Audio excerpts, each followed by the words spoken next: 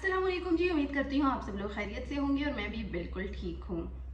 खेलों के हवाले से बात करें तो आपको पता है कि बहुत ज़्यादा एक्टिविटीज़ आजकल चल रही हैं, ना सिर्फ क्रिकेट बल्कि दीगर खेल भी आजकल जो है वो एक्टिव हैं। और डेली जो है वो कुछ ना कुछ एक्टिविटी इस्लामाबाद में भी हो रही है और इंटरनेशनल लेवल पे भी हो रही है। अगर आज की बात करें तो आज आपको पता है कि रावलपिंडी में जो है वो प्रेस कॉन्फ्रेंस होनी है और हेड कोच माइक हैसन ने गुज़िश्ता रोज़ बाबर आजम से मुतल्लिक कहा कि जी उनको जो है वो टीम में शामिल किया है और उनसे उम्मीद की जा रही है कि वो एक अच्छा कमबैक होगा उनका और अच्छी परफॉर्मेंस होगी। इसके साथ साथ उन्होंने उस्मान तारिक और सुफियान मुकीम के हवाले से भी कहा है, उनको भी टीम में शामिल किया गया है। तो मुझे लगता है कि कल का जो पिंडी स्टेडियम में होने वाला मैच है बड़ा इंटरेस्टिंग होने वाला है और इस हवाले से जो तैयारियां हैं वो भी मुकम्मल कर ली गई हैं।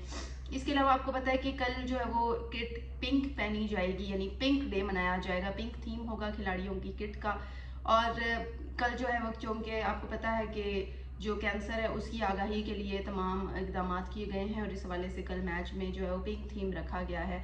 मेरे ख्याल से ठीक है और ये पीसीबी की हमेशा से कोशिश रही है कि जी इस तरह की गेम्स में जो है वो होना चाहिए, ये तमाम चीज़ें होनी चाहिए। इसके साथ साथ आगे बढ़ते हैं और पाकिस्तान वेमेन क्रिकेट टीम के हेड कोच को हटाने का जो उसूली फैसला किया गया है उसकी वजूहत भी सामने आ गई हैं और बताया गया है कि वेमेन क्रिकेट टीम के हेड कोच मोहम्मद वसीम को हटाए जाने का इम्कान है। इसकी मुझे वजूहत जो समझ में आ रही हैं, एक तो ये है ना, आपको पता है कि वेमेन टीम इस वक्त वर्ल्ड कप जो खेली है उसमें वेमेन टीम ने कोई खास कारकर्दगी जो है वो नहीं दिखाई है। और इस वक्त आप देखें तो मोहम्मद वसीम को जो हटाने की वजूहत है वो ये है कि उन्होंने ज़ाहिर है उनकी मौजूदगी में एक मैच होता है ना, बंदा एक मैच जीत जाता है, एक मैच भी नहीं जीते।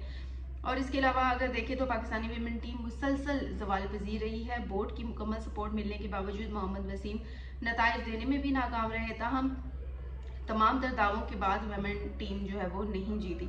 इसके साथ साथ ये भी बताया जा रहा है कि मोहम्मद वसीम की जानिब से खिलाड़ियों को कोचिंग ना करने की शिकायत भी सामने आई है।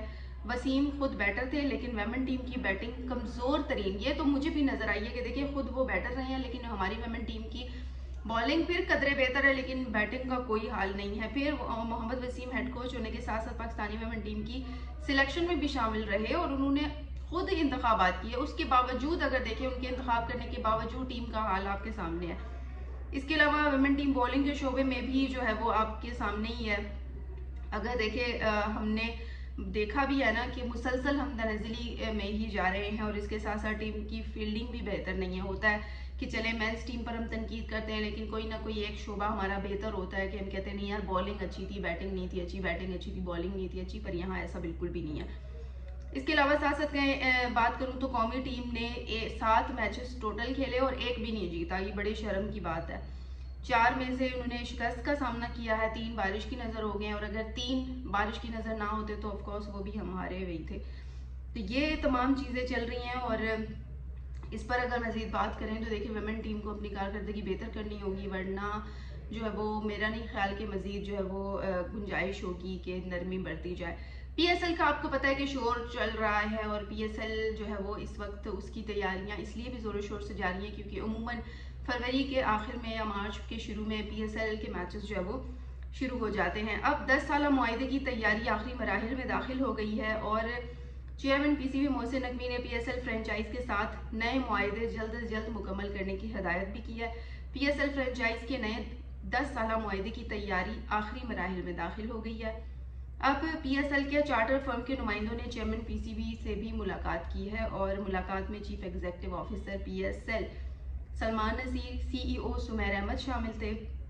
वैल्यूएशन फर्म ने मोहसिन नकवी को पीएसएल की जो रिपोर्ट थी वैल्यूएशन की वो भी पेश की है, जबकि चेयरमैन पीसीबी ने मुख्तलिफ जो वैल्यूएशन रिपोर्ट से मुतल्लिक उन्होंने सवालात किए और साथ ही चार्टर फर्म को तमाम फ्रेंचाइज से मुलाकात की हदायत की और कहा है कि इन तमाम चीज़ों को जो है हतमी मराइल में लाया जाए। इसके अलावा 6 फ्रेंचाइज के कॉन्ट्रैक्ट दिसंबर में ख़त्म हो रहे हैं। अब पीएसएल फ्रेंचाइज की तादाद 8 होने जा रही है। पीसीबी के मुताबिक नए मुआहदे सिर्फ उनके साथ होंगे जो फ्रेंचाइजीज की अहल होंगी, यानी बिला वजह किसी के साथ कोई मुआहदा जो है वो नहीं होगा। तो ये एक बड़ी चीज़ है और पीएसएल का आपको पता है कि सभी लोग इंतज़ार कर रहे हैं।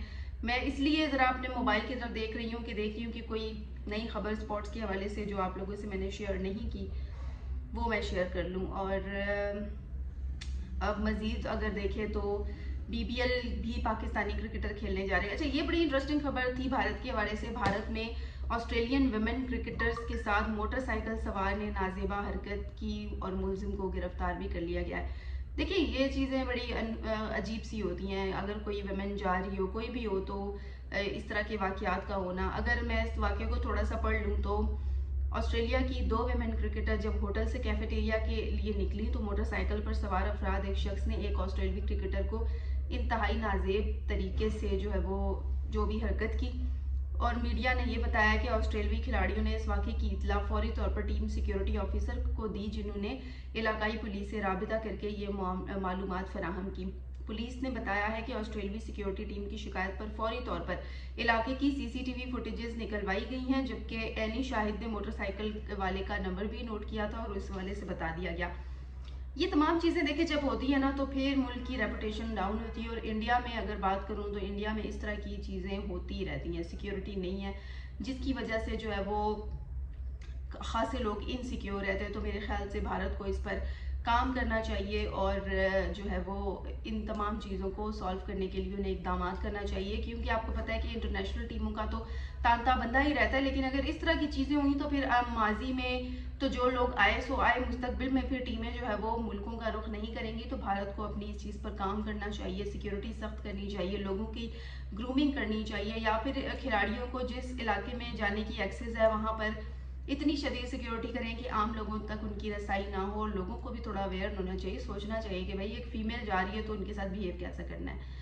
तो इंशाल्लाह जी नेक्स्ट ब्लॉग में हम, क्योंकि कल पिंडी में मैच होने वाला है और आपको पता है कि इस हवाले से भरपूर तैयारियां भी की जा रही हैं, और शाम को दोनों टीमों के जो कप्तान हैं वो प्रेस कॉन्फ्रेंस भी करने जा रहे हैं। तो देखते हैं कि क्या कहते हैं, किस जज्बात का इजहार करते हैं, और उम्मीद करते हैं कि टेस्ट के बाद T20 मैच हम लाजमी जीते। इसी के साथ ही मुझे दे इजाज़त। इंशाल्लाह कल आप लोगों से फिर बात होगी, तब तक के लिए अल्लाह हाफिज़।